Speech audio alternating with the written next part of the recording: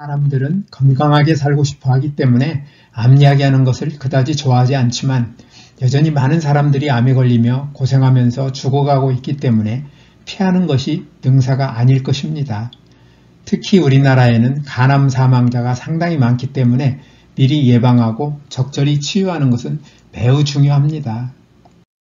세계암연구기금 WCRF에 따르면 2020년 간암은 유방암과 폐암, 대장암, 전립선암, 위암에 이어 전 세계 6번째로 환자가 많이 발생한 암입니다. 2020년 같은 해 우리나라는 간암이 갑상선암과 폐암, 대장암, 위암, 유방암, 전립선암에 이어 7번째로 환자가 많이 발생하였습니다.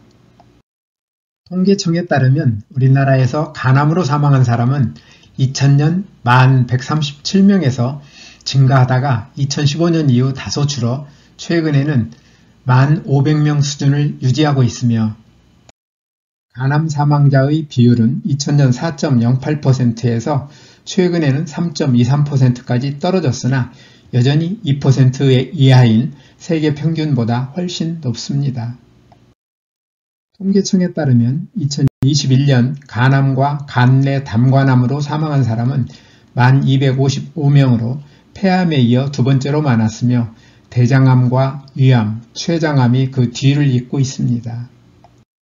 국립암센터의 암 등록 통계에 따르면 간암 환자의 5년 상대 생존율은 38.7%로 췌장암과 담낭과 담도암보다는 높고 폐암과 비슷한 수준이었습니다.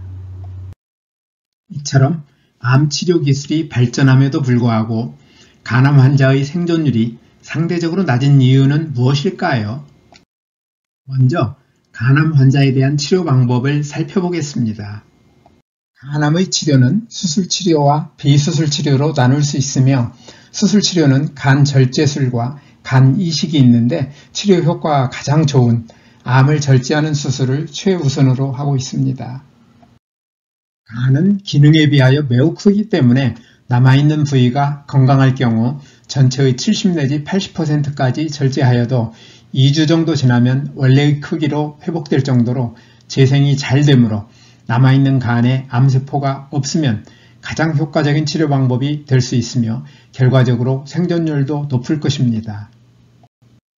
다만 암이 혈관을 침범하고 있거나 다른 장기로 전이되었거나 암이 너무 커서 암을 모두 절제하면 남은 간으로는 간의 기능 수행이 어려울 경우에는 수술치료를 할 수 없어 수술치료를 적용하기 어려운 경우가 훨씬 많습니다.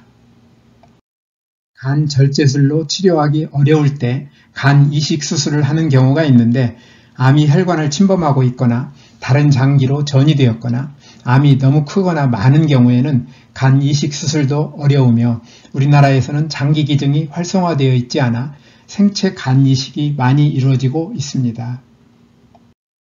수술치료의 방법으로 간암을 제거할 수 없는 경우에는 면역세포를 대신하여 암세포를 죽이는 치료를 하게 되는데 다른 암을 치료할 때보다 다양한 방법이 이용되고 있습니다. 비수술 치료에는 암세포를 죽이는 방법에 따라 국소치료, 경동맥 화학색전술, 방사선 치료, 표적치료, 면역치료, 세포 독성 항암 치료가 있으며 국소치료에는 고주파 열 치료와 알코올 주입술이 있는데 이러한 비수술 치료의 효과는 얼마나 좋을까요? 우리는 주변에서 비수술 치료를 받은 간암 환자의 암이 잘 치료되어 완전히 사라졌다는 완전 관해를 보이고 나서 얼마 지나지 않아 암이 여러 차례 재발하여 결국에는 죽는 사례를 많이 보게 됩니다. 우리는 면역세포를 대신하여 간암세포를 죽이는 기술이 많이 개발되었지만 이러한 방법으로 간암이 잘 낫지 않음을 수없이 보고 있고 앞에서 살펴본 것처럼 간암 사망자가 폐암 다음으로 많은 현실을 감안할 때 암세포를 직접 공격하여 죽이는 현재의 치료 방법에 우리의 소중한 몸을 맡기기에는 부족함이 많음을 부정하기 어렵습니다. 그렇다면 이러한 의료 현실을 감안할 때 간암으로부터 우리 생명을 지키는 가장 좋은 방법은 무엇일까요? 두말할 것도 없이 간암을 이기는 가장 좋은 방법은 예방인데 그걸 모르는 사람이 어디 있느냐고 묻는 분이 있을지 모르겠습니다. 예방의 중요성에 대해서는 누구나 잘 알 것 같지만 여전히 많은 사람들이 간암에 걸리고 고생하며 죽어가는 현실을 볼 때 간암 예방을 위한 노력이 제대로 실천되지 못하고 있음을 부정하기 어렵습니다. 간암을 예방하기 위해서는 간암의 원인을 차단하여야 하는데 간암의 주요 원인으로는 B형 간염이 가장 많이 지적되고 있고 그 밖에 C형 간염과 알코올성 간염, 간경변이 원인으로 알려져 있으며 아울러 간암을 증가시키는 위험 요인으로 당뇨병과 지방간, 아플라톡신의 노출도 거론되고 있습니다.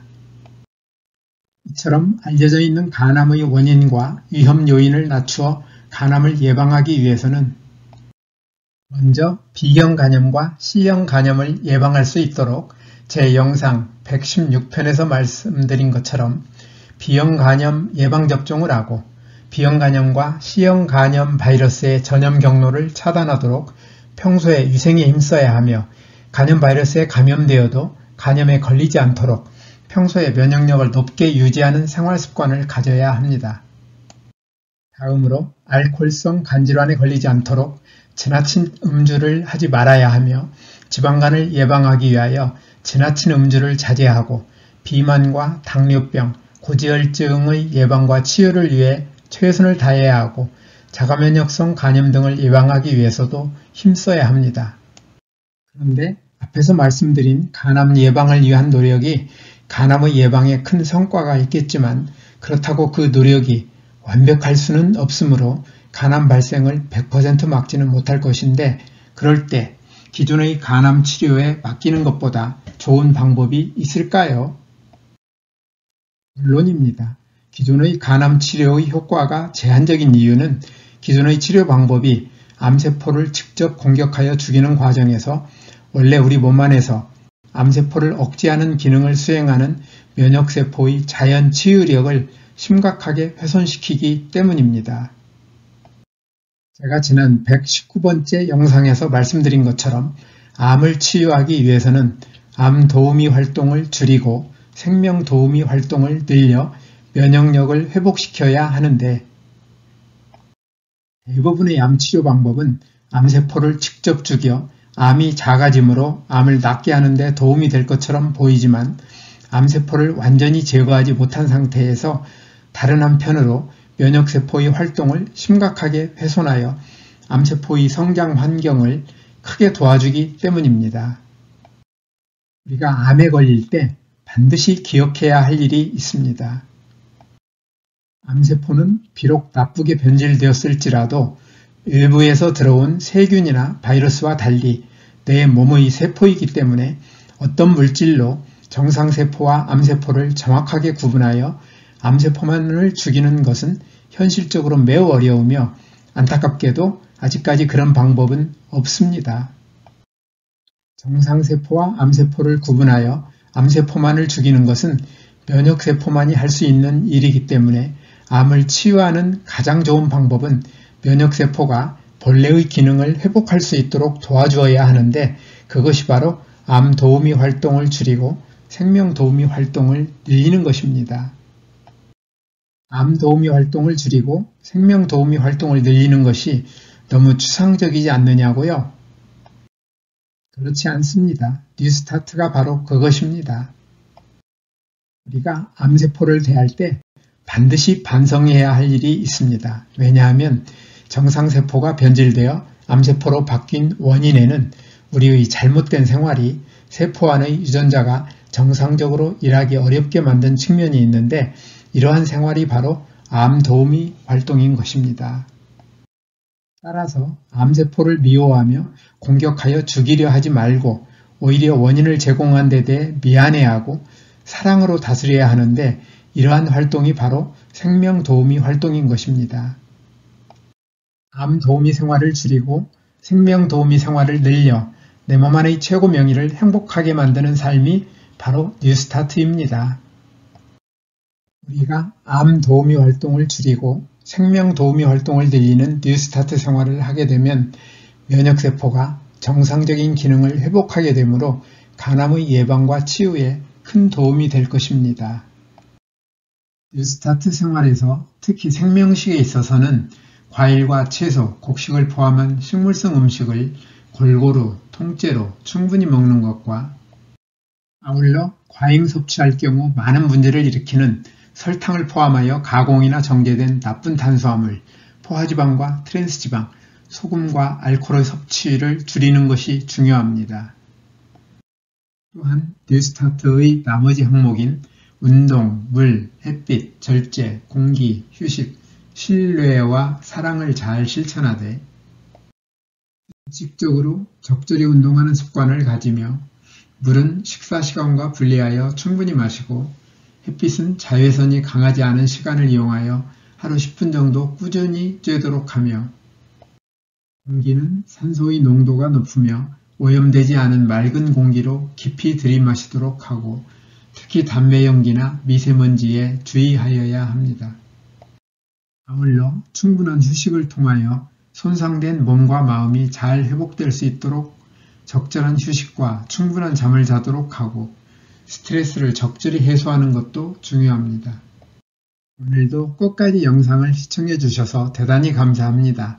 뉴스타트 생활을 통하여 늘 건강하시기를 기대하며 다음에 더 좋은 영상으로 찾아뵙겠습니다.